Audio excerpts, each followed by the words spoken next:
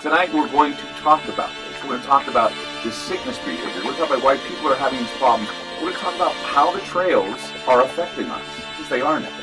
There's no doubt. Even the EPA said so. They just made mention of it about, a couple months ago, actually, last summer. They admitted it. The EPA said it's affecting you. 888-673-3700. That's 888-673-3700. I'm Clay Lewis.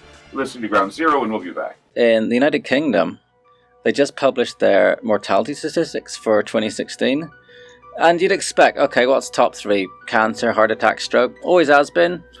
Number one, dementia. Number one. Which, of course, includes Alzheimer's, which is caused by aluminum. They found carbon nanotubes in Parisian lungs. In Turin, half of the children had severe DNA damage from nanoparticulates.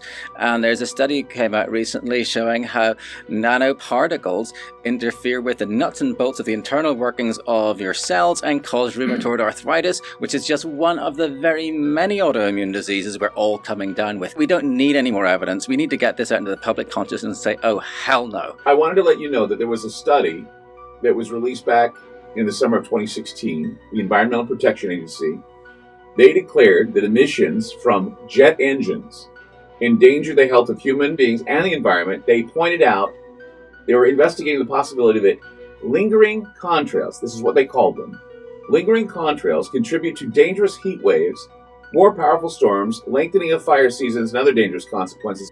Well, there's a new study about air pollution that's revealing that, once again, the particulate, the aluminum and barium that we talk about in the trails, is creating dementia. For older women, breathing air that is heavily polluted by metals and other sources of fine particulates nearly doubles the likelihood of developing dementia, and the cognitive effects of air pollution are dramatically more pronounced in women who carry a genetic variant known as APOE, that's APOE-E4, which puts them at higher risk for developing Alzheimer's disease.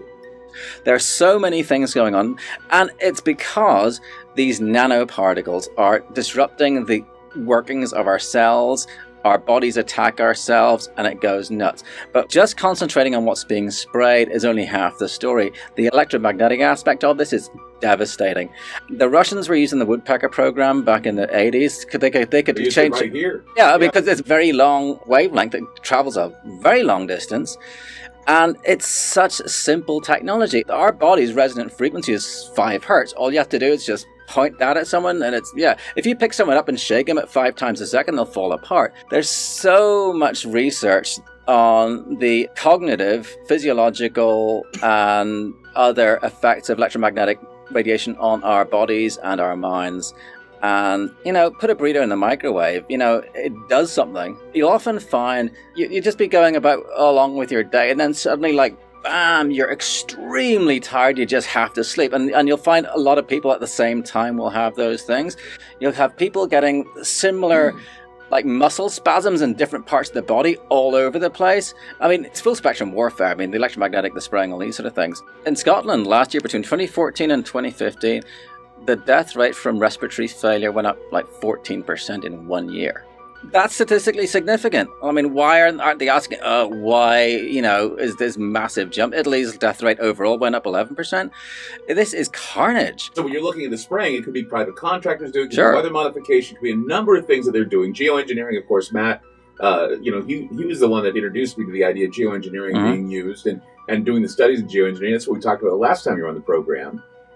Well, you heard that now the bees are an endangered species. Exactly. I was reading about that the other day, that they now have made them an endangered species, and that's frightening. Because before we had what would they call that, hive... colony collapse disorder. Yeah, colony collapse disorder. They said the colony collapse disorder could be because of, Roundup, Monsanto, you name off all these things. But think about this. The bees are dying of the same type of problems that we're having, and that is dehydration, not getting enough water, not having enough water in our bodies, having diseases that are creating this sick behavior that we're having, and the bees get it too. Even people who have good night's sleep are not feeling it. They wake up tired, they wake up dragging, and so what else could it be but something environmental, something toxic? that we're being exposed to. It's got to be above government because it's global. Right. They're doing it all over the world. Yeah. China, Russia, everywhere. And then that's the thing. If we don't know who, then we don't know all of the answers for them, and they can't make a solid opinion. One of my biggest frustrations is the line, "They wouldn't do that to us." I've heard that too. Why would they do that to us? Because they have families too. And I tell them, well, you know, I have a genetic disorder that makes me prone to cancer. And why?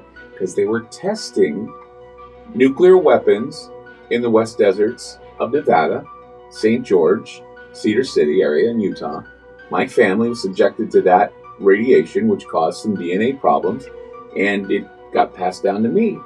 And your son. Yeah, and my son. They did that because they felt that that was more important than the lives of people. Spend a few bucks, get your rainwater analysis, you can get your hair analyzed, and I have footage of these sprayers, and they show up on flight radar. I don't know any airline that does not spray. They aren't told, oh, by the way, turn this switch when you get to a certain point. It's all done centrally. There's plenty of patents where the substance actually gets injected into the exhaust. I mean, there's a US Navy patent called the powder contrail. There's so much freaking evidence. It's insane. Technocracy, this is a crackpot idea dreamed up in the 1930s. They wanted to replace the economic system with an energy-based thing. But like if you have a gold-based economy, you know how much a loaf of bread is worth in compared to the amount of gold there is. But with energy, you have to know how much energy is being stored, transferred, whatever, at all times. Hence, smart meters, smart every freaking thing. Reject it. The official line on this whole thing is, oh, we're all going to die from global warming, and we might just have to spray sulfates into the sky to reduce global warming. David Keith, Ken Calderon, and Alan Roebuck are the three main guys who go out to do this stuff. They'll only talk about sulfates, but their own papers say, actually, sulfates don't work. They stick together, they fall out of the sky. Instead, you got to use nanoparticulate aluminum, barium, strontium, magnetite, and so on. And this character Dave's research, according to US Code 50, section 1520A, I think, it's legal to spray chemical and biological warfare on a civilian population as long as you call it research. So it's banned as warfare, but you can do it in your own populations. So I think all the spraying is generally done by people's own militaries. What they're doing is they're establishing a geoengineering governance regime. It's a self-proclaimed regime. They asked for papers to identify things like, should we even involve the UN? Should we take into consideration human health impacts? What role will public perception and opinion play while we establish this solar geoengineering governance regime? Self-titled regime. So Patrick and I, we independently submitted papers. I hired a PhD. My paper delved into the human rights aspect, that we have the right to environmental decision-making participation.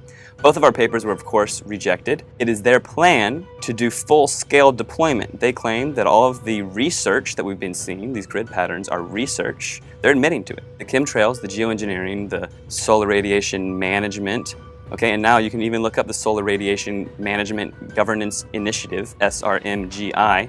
Okay, it's an initiative to govern their solar radiation management, which is chemtrails, which is geoengineering. So these people are meeting, 24 scientists behind closed doors, to develop the plan for the regime to take hold to go full-scale deployment. Some days don't have chemtrails, right? Some days are clear. And really, the more clear days you get in a row, the more likelihood it is that you're going to get a grid pattern coming up. But this irregular pattern of appearance where you not only have no lines in the sky, but you also don't have the air traffic. Okay, listeners, feel free to look up at your sky, look at that air traffic, see those days where there's nothing going on. And this irregularity in the appearance it's the clue, it's the first clue for the newbies.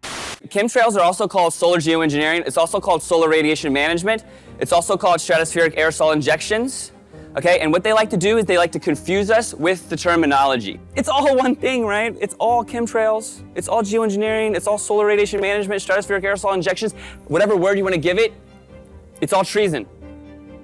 It's very, very obvious that chemtrail does not behave like an actual cloud formation. It forms out and fades into a milky haze, all right? irregular pattern of appearance, the number of trails seen simultaneously at a given time. When you're sitting out there and it's a normal day and then all of a sudden a dozen planes show up and grid the sky, whereas you've seen 3 planes all day, something is going on there. That's it. It's that simple. How come all